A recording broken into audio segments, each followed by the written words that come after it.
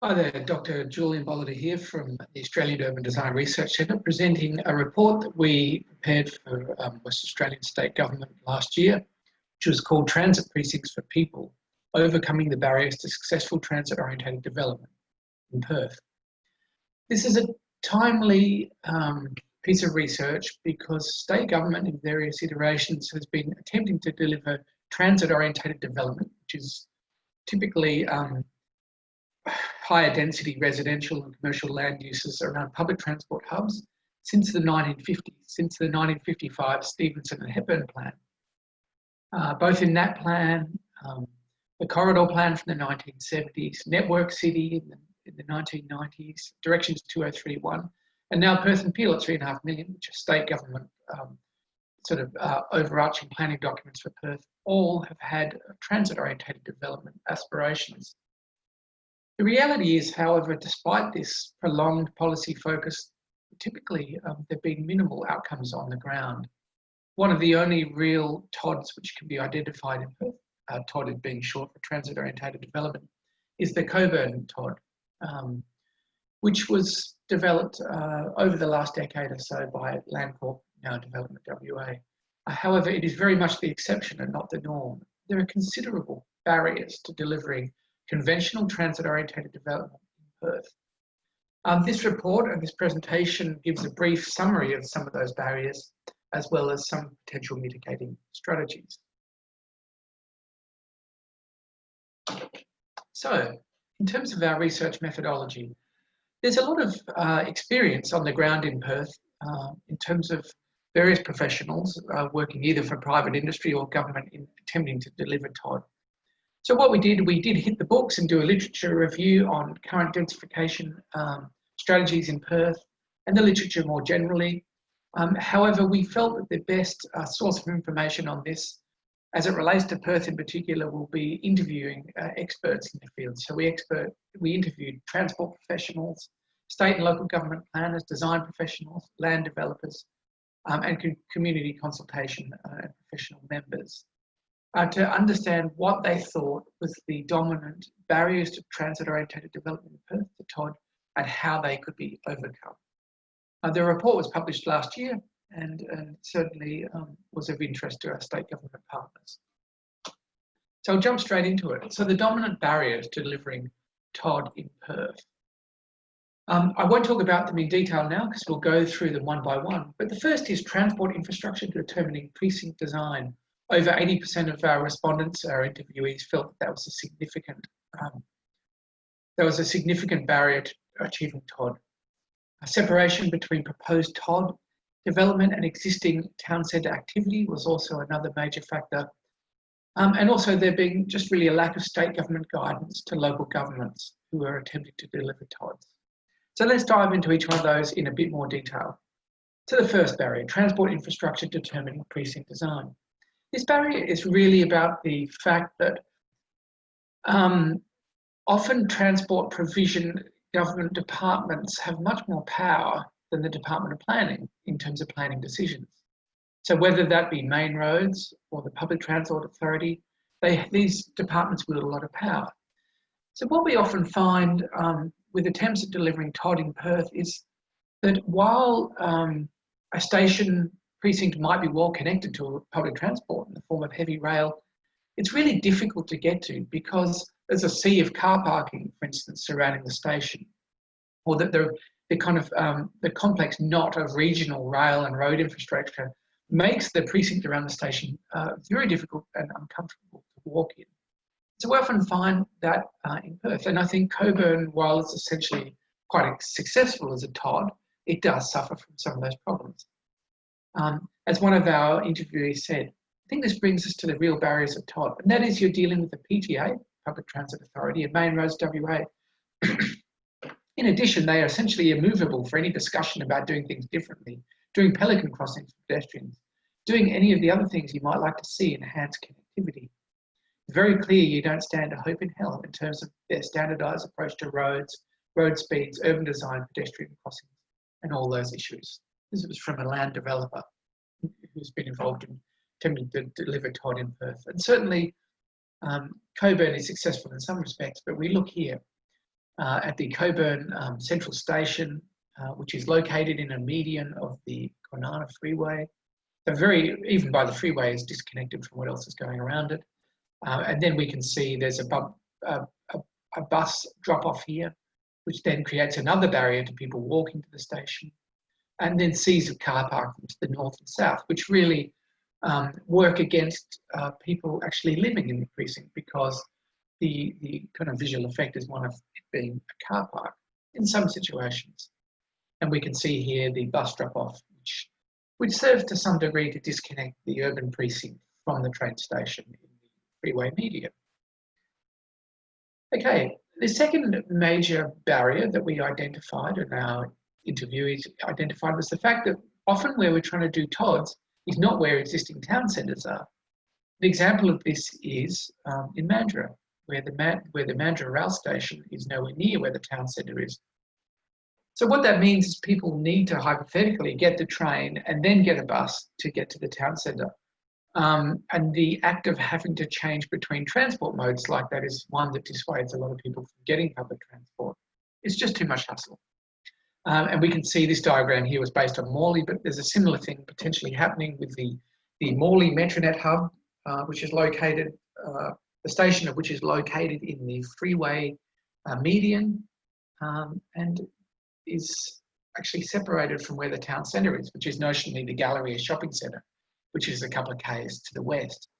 The problem here can be that the new TOD struggles, for one, because it's trying to attract activity, economic or otherwise, away from the town centre, but it also becomes a bit of a parasite that actually starts to drain energy away from the existing town centre, where you otherwise would probably trying to really to reinforce and build on that kind of energy of the existing town centre. As one land developer commented, well, I have to say that the PTA seems to have worked out where the new stations are going for Metronet.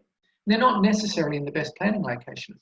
I think the PTA is very good at taking control of these things and then delivering a station rather than trying to make the land use work around it.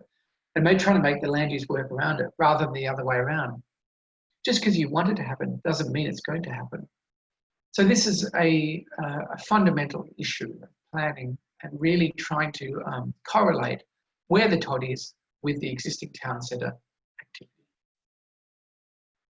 This barrier really relates, I think, partly to the previous two, but it is about deficient precinct design. Transit-orientated development, TODs need to be much more about getting TOD. They need to be generally appealing, places to live, to hang out, to play, to recreate. They need to be serving more than one function. And often what we find is that the actual precinct design, so this is getting down to more the detailed design of these precincts, means the experience is really hostile for pedestrians in particular. As one community as one land developer again identified, the public realm in most of our activity centres, which are essentially TODs, is appalling. The paving's not consistent. There's no street trees. The street furniture is inconsistent. That's what people see. It's a really fine grain. We don't do beautiful places. We do functional places very well because we're a town of engineers, but we don't do beautiful. So for me, what makes station precincts work is really about well-detailed street-level design. And certainly when you look at stations like this is the Leederville station, once again in the freeway median, the public domain around it is really uninviting. And again, this works against creating successful transit-orientated development. Another barrier that 6 out of 10 of our respondents, or 61% of our respondents said was a significant barrier, was we're simply attempting to do too many major centres, too many TODs in too many places. This is the problem that you can get out your pen and draw a circle around a station or a square and say, insert transit-orientated development here. But the reality is they require significant investment and focus to make them work. And there's a perception that Perth's 93 activity centres is just simply spreading our energy and resources too wide. And it means that not much really happens. So as a transport professional explained, I feel at the moment we're trying to do it in too many places. So it's actually eroding what we can do in any one place. Every major centre is seen as a huge activity centre, but the government can't afford to underground rail everywhere and build all the infrastructure that's needed everywhere in the horizon that we're looking at. So this is really about focusing your efforts, and certainly Metronet with a whole host of new centres potentially could compound the situation. Another barrier that again 61% of respondents felt was important was that we needed to integrate public and active transport options outside rail corridors. The reality is with Perth's spoke-like model of heavy rail provision is that most people are not going to be within a walkable catchment of train stations.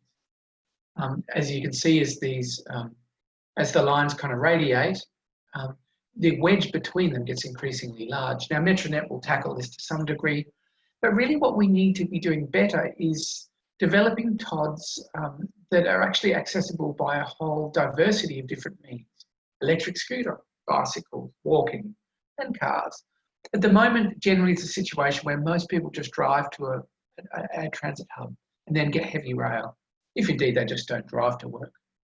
The problem with that is, as we've seen, then you end up with large car parks around train stations, which means that you really struggle to deliver a kind of compact urban village, such as you would find in a transit-orientated development.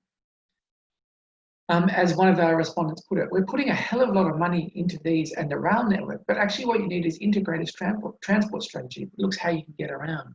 So it's how about different transport systems plug in to heavy rail hubs, which form the basis of transit-orientated developments. Okay, another barrier, as if there weren't enough already, was the fact that there's not enough state government design guidance to local government. This is reflective of a situation where the state government set infill targets for the different local government areas, and the local governments are expected to deliver those targets, while at the same time they're often not really resourced or trained to be delivering complex development like transit-orientated development. So that makes it really difficult. As one of our respondents said, you need someone who can coordinate, organise, bring a whole government attitude towards it, and have the authority to make those decisions. Because it just otherwise doesn't happen. So you can imagine when a local government who's not really well trained or resourced to be delivering transit-orientated development are trying to really work with the Public Transit Authority and Main Roads, who have their own agendas, quite rightly.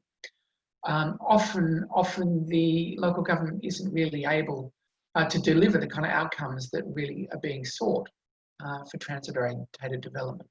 So we really need state government to step in and start to provide more assistance. That can take different forms, which we'll talk about in the second section of the presentation. Another barrier really is all around fragmented lot ownership. We don't live in a dictatorship where you can just get the bulldozer out and clear a zone around a transit-oriented development. Indeed, on lines like the Midland Line or the Fremantle Line, often these are exactly the areas where you have a lot of heritage, and indeed where people actually quite like it, and particularly locals quite like it how it is. So there's a lot of barriers in terms of the cadastral divisions within the land around the station and the fragmented land ownership, which is really difficult to overcome. There's no easy answers to that one. Often when we are delivering todds or attempting to deliver todds, they are not really appealing to a wide diversity of people. There's a perception in Perth that you can, students and younger people will live in apartments, but as soon as you have kids, then it's off to the suburbs you go. We need to be delivering todds where we can aspire to attracting a wider diversity of people, particularly families. Now, most apartments and high density precincts in Perth are not well set up for attracting families. So that's something we need to get better at. But others considered other groups. One respondent said, you've also got retirees, probably people on the pension, probably people who can't afford a car. This increased group of people with mobility issues who need public transport because they've got no options. And that's where the design of station precincts, so they can get to these places easily, is going to start getting really critical. So this comes down to a question of dwelling mix, in part, and delivering affordable higher density dwellings for people who actually really would benefit from public transport accessibility. And this has been something that's really difficult to do in Perth, and most apartments are of, particularly newer ones, are of an equivalent kind of cost of suburban houses, which makes it really difficult to attract people. So we need to be looking at how we can deliver them in a more affordable way. There's also a lot of, I think, community resistance to high density transit orientated development in Perth. And this is This is for a whole host of different reasons, but often, while state government might be really convinced about their objectives they're trying to achieve through transit-oriented development, often local communities are not particularly interested, and they like their heritage train station precinct much as it is, and they often don't perceive much in the way of a trade-off or a benefit for them. They already have their heritage train station precinct. They already have the heavy rail, accessibility. And I think often todds are not really sold to the existing communities in a way that they really feel like they're going to benefit. And that's a real problem because people generally are not that altruistic. They, and particularly if you've sunk a few $100,000 into a house, you want to know what you're going to get out of it. The argument that if we don't do TOD, then the city is going to sprawl more, people might understand, but I don't think they're particularly convinced of that. They need to understand what trade-offs there are for them and what incentives could there be in TOD that would lead them to support it. As a land developer expressed, then the thing is, what's in it for the community? The government's gone and said, this is really important. We want all this density. We want this and we want that. And if you're a local resident, you'd be going, what's in it for me? Where's the upgrade to the parks? Where's the street trees? Where's the community centre? So these questions are all really important when we engage with the existing communities around TOD. So look, there's heaps of barriers to transit-oriented development in Perth. That was just the top ranking barriers. Certainly there are others.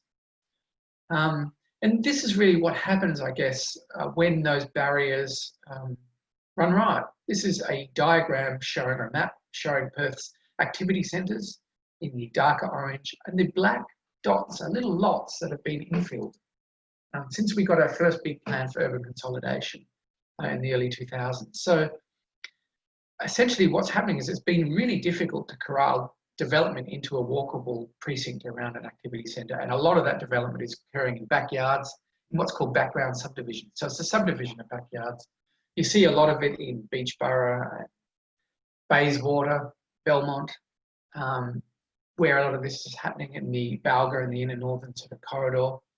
And it's really antagonising a lot of communities because it leads to parking hassles because people are still driving everywhere. They're nowhere near a train station. And often it erodes the urban forest because about 60% of trees are located on private land. So when you subdivide a backyard, you inevitably lose trees. And you lose the ecosystem services they provide, which is clean air, infiltrating and cleaning water and infiltrating it to the aquifer, providing habitat for biodiversity and providing mental health, physical benefits for people who live in those areas. So it's a really, it's not a great urban model, and it really delivers in some respects the worst of all worlds. You don't get the leafy greenness of suburbia in these kind of areas. But at the same time, you don't get the bustling activity and transit connectivity of activity centres either. So what can we do to mitigate some of these barriers? I won't go into them in detail here other than to say integrating the station with the surrounding precinct. 90% of respondents thought that was important. Planning strategic for specific origins and destinations within the transit network came in second at about 80%. And people felt we need to really strengthen state government leadership around delivering TOD. So let's dive into those in more detail. Strategy 1, integrate the precinct station with the surrounding precinct.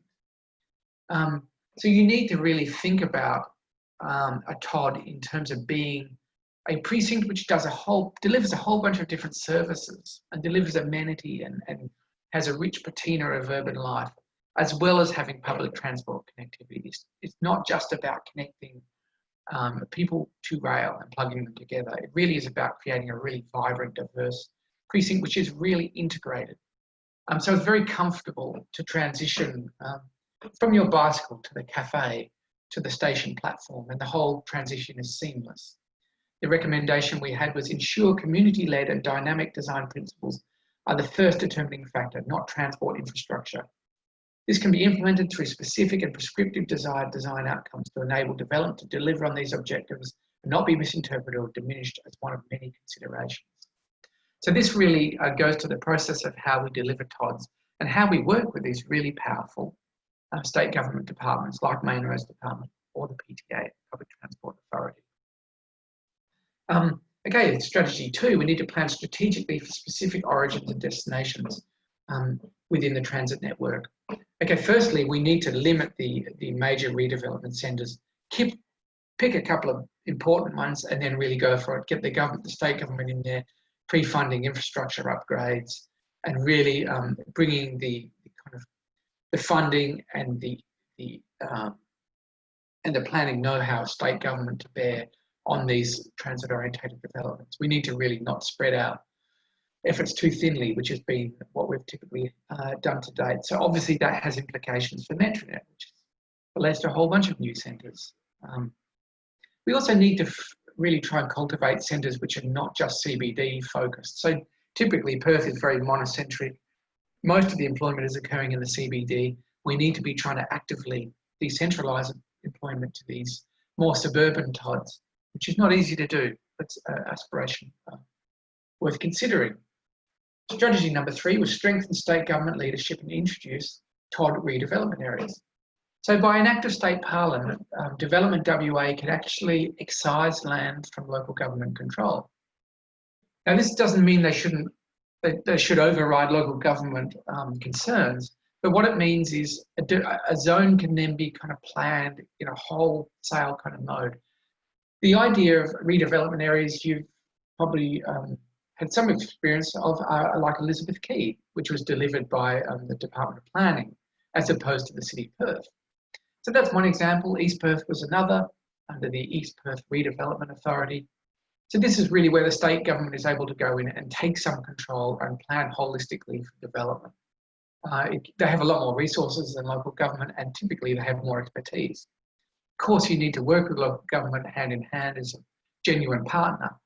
This really enables better urban design outcomes, and it also enables, I think, more influence with state government departments like Main Roads if that interaction is occurring between state government departments as opposed to occurring between local government and Main Roads. Okay, strategy number 4, we need to diversify genuine, active and public transport options. So there needs to be a whole number of different ways that people access TOD. People need to be able to walk, ideally from high density developments within the precinct. They need to be able to take bikes or electric scooters, or they need to be able to drive as well. So we really need to diversify and plug our TODs into a more complex network of transport options, so that it's not just about people driving to a TOD, dumping the car and getting on a train. So this is something that could be significantly improved. We need to attract a critical mass of community into the precinct. So again, this goes to the point of having a diversity of dwelling types, for families, for single people, for pensioners, that are really affordable. We need a strong precinct that hums and actually has its own dynamism and gravity to it, starts to draw people in. Now that requires much, much more than just a heavy rail station. We need to kind of weave the urban life around it and attract these diverse demographics.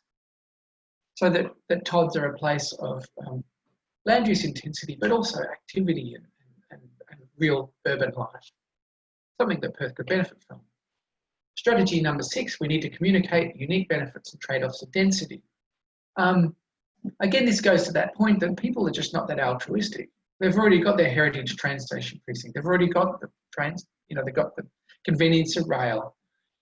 So we need to actually really communicate the unique benefits and trade-offs of density. And often this can be done in the public domain. So it's about delivering, beautifully treed streets, which are shady and nice to walk down. It's about delivering, programs such as cafes and restaurants, which really draw people in. Or it's about upgrading parks, such as this diagram here illustrates. And when you have density, the local government gets increased rates and taxes by virtue of there being more residents and higher density, which can be directed back to upgrading the public domain, to making it really very civilised. And the problem with low density suburban form is local governments typically just don't generate the resources by which they can do much with streets and open space. It's a real battle. So density can help, and that's one of the trade-offs of density. Okay, so that is a very brief overview of this report. The lead author of it, who should be credited, is Dr. Zoe Myers. assisted by myself and Grace Oliver from Audric. We hope you found it of some use and really happy to continue the conversation in any form. So thanks very much. Goodbye.